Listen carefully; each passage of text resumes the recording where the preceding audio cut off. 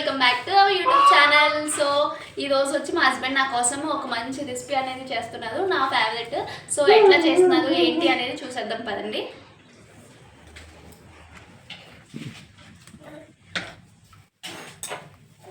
ఏం చేస్తున్నావు చెప్పు. ఆల్రెడీ చూస్తే తెలుస్తుంది. సో నువ్వు దీంతో చేస్తున్నా మినీ పిజ్జా.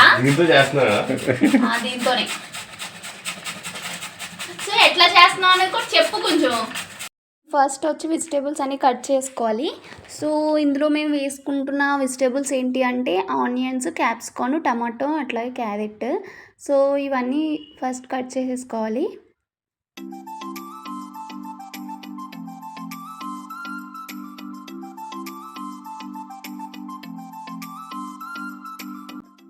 ఆఫ్టర్ కటింగ్ తర్వాత ఏంటి అంటే మనం తీసుకున్న పిజ్జా బన్ ఉంటుంది కదా, సో దాని మీద ఏంటంటే ఇది పిజ్జా సాస్ అని చెప్పి విడిగా ఉంది. సో ఈ సాస్ లేని వాళ్ళు ఏంటంటే టమాటా సాస్ అండ్ చిల్లీ సాస్ రెండు స్ప్రెడ్ చేసినా కూడా ఆ టేస్ట్ అనేది వస్తుంది. సో ఇది వచ్చి పిజ్జా సాస్, అది ఫుల్గా స్ప్రెడ్ చేసేసుకోవాలి. దాని తర్వాత వెజిటేబుల్స్ అనేవి దాని మీద యాడ్ చేసుకోవడమే. సో చాలా ఈజీగా అయిపోతుంది ఇంట్లో ఇవన్నీ ఉంటే. సో ఈ పిజ్జా బన్ వచ్చి నేను ఎక్కడ తీసుకున్నానంటే విజేతలో తీసుకున్నాను. అండ్ దాని మంచి ఫ్లేవర్స్ కోసం పిజ్జా ఫ్లేవర్ రావడానికి హర్బ్స్ అనేది యాడ్ చేస్తున్నాము. సో లాస్ట్ ఇది మెయిన్ కదా, పిజ్జా అంటే చీజ్ అనేది కంపల్సరీగా ఉండాలి.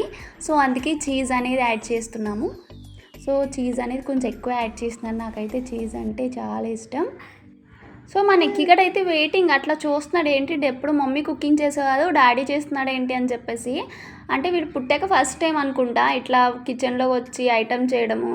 సో ఇందులో చేసేది లేకపోయినా వెజిటేబుల్స్ కట్ చేయడం ఇట్లా ఇది వాళ్ళ దృష్టిలో పెద్దదే కదా. సో చేస్తున్నారు, ఎట్లా ఉంటుంది అనేది చూడాలి.